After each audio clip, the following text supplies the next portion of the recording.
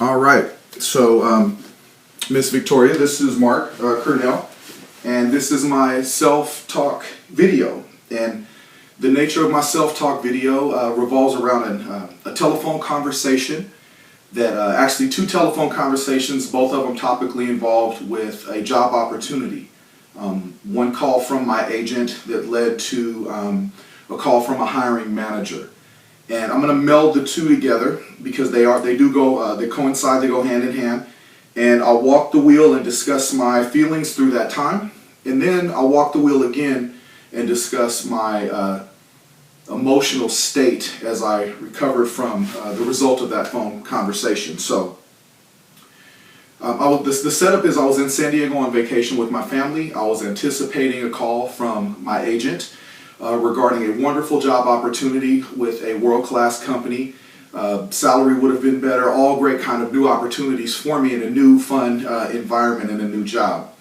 I went through the process of the interviews, was given all inclinations that everything was headed in the right direction, and I anticipated the call during my vacation time. It was quite an exciting time, and when I think of sensory data, prior to getting the call there was a little bit of anxiety, but also a lot of very positive forward thinking, right? Like I said, it was very encouraging. All the feedback I was receiving from my agent as well as the hiring manager that I interviewed with for this job.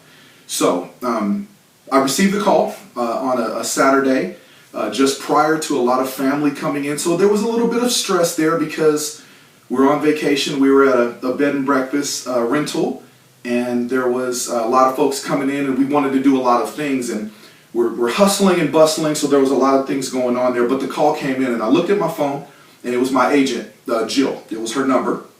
So I answered the phone, and I say, "Hey, Jill, how's everything going?" And she says, "Hey, Mark, how are you?" And I picked up on her tone, and I knew that her tone wasn't as encouraging as I expected or anticipated, or her normal conversational tone.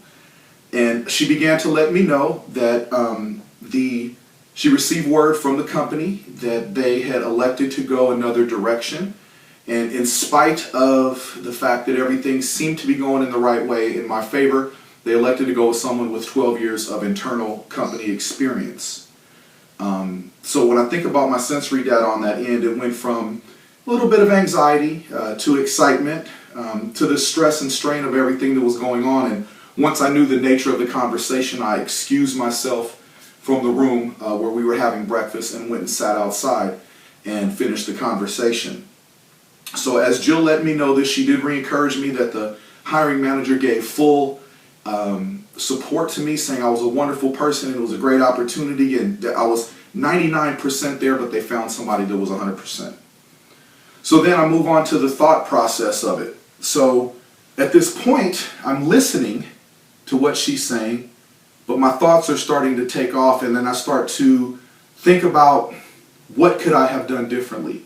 I started to think that I was necessarily a failure, to be completely honest, and was concerned that I would never get out of the job situation that I'm in. Not to call it dead end, but I've been in my job for 19 years, as we've discussed before, and I've capped out and I've been maxed out for 13 years at my position. So the only way to move up is to move on. So that being said, my thoughts were very confused, and which led to my emotions. I was very relieved that the wait was over, but very saddened by the fact that it didn't turn out in the way that I wanted it to. Everyone in my support system felt that this was a great opportunity, and the way things lined up from the initial interview to the time of the interview to the way I killed the interview, it appeared that this job was in the cards for me, that this is what God wanted for me, and I'm going to get back to that part. But my emotions began to take over. I did finish the call professionally with the young lady, Jill, on the phone, and I thanked her for her time. So I'm going to back up on the wheel, and I'm going to stop at emotion. So my sensory data started to kick in again, and as I'm hearing my wife try to reassure me that everything is fine, I moved back to the thought of I've let everyone down, I've let myself down, and then I went into the emotional end of I'm not good enough. I'm not good enough for this position. I'm not good enough to move on, and I haven't furthered my education enough to be able to make myself valuable enough to a company that's world class. So the only thing I had in my future is to stay where I am and stay the course and not be happy, in all honesty. And at that point, I made the decision to call the hiring manager directly, and I started to think about what is the best way to handle and represent myself. So I called him. His name is Lee. There was a little bit of anxiety as I moved back to the sensory data portion, but I felt a sense of relief. So I called Lee. Lee answered the phone, and I said, Lee, I do want to thank you for this opportunity. I received word from the agent that you guys selected someone else. And he was very kind. He told me, just to make the video shorter, not to drone on, he reassured me that I was very close and that if given the opportunity, he would look at me again, obviously. So I finished my time with him, and I took a time out, ironically enough, and I just sat by the pool at the house, and I began to pray. And as I prayed, I asked God why. And I don't make it a habit of asking God why. I make it a habit of saying, yes, God, whatever you say, yes, Lord, whatever you want, I'll do without asking. But at this point, I asked why. And self-doubt began to creep and overtake me. So then I started to think about, what can I do to get beyond this? And I started to move to, what did I want, to my wants? What did I want for me? Well, I wanted a better job. I wanted an opportunity to provide for my family better as the others. That's what my want was for them, not to have to travel so much, to be able to spend time with my wife and encourage her in her learning process. And this is before I even decided to go back to school, because my travel was so I couldn't do it.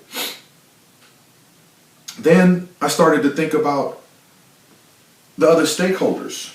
The people at my company, are they going to get the best mark that they can get now that I'm still there or stuck there? And I thought that was unfair to them. So I have all these different thoughts going on in my head. And at this point, all I wanted was to do better in my career. I wanted to do better for my family directly. And I wanted to feed into a company that would appreciate what I had to offer as the other stakeholders.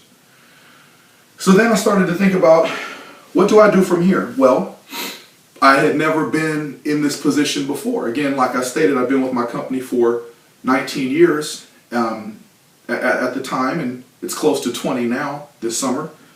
And I didn't know what to do, so I had no point of reference. I hadn't been let down like this before. And I figured the best thing that I could do, action-wise, is just try my best to enjoy the vacation. That's what it all came down to. So I made the decision at that time that I was not going to let this bother me, and I would go back in the house and I would put on a happy face and I would try to continue the 3 days that we had left and enjoy the time with my family. And I had a hard time doing that. So as a result of that phone conversation, I began to embark in another journey that's a little bit tough to discuss, but I think it'll be cathartic for me.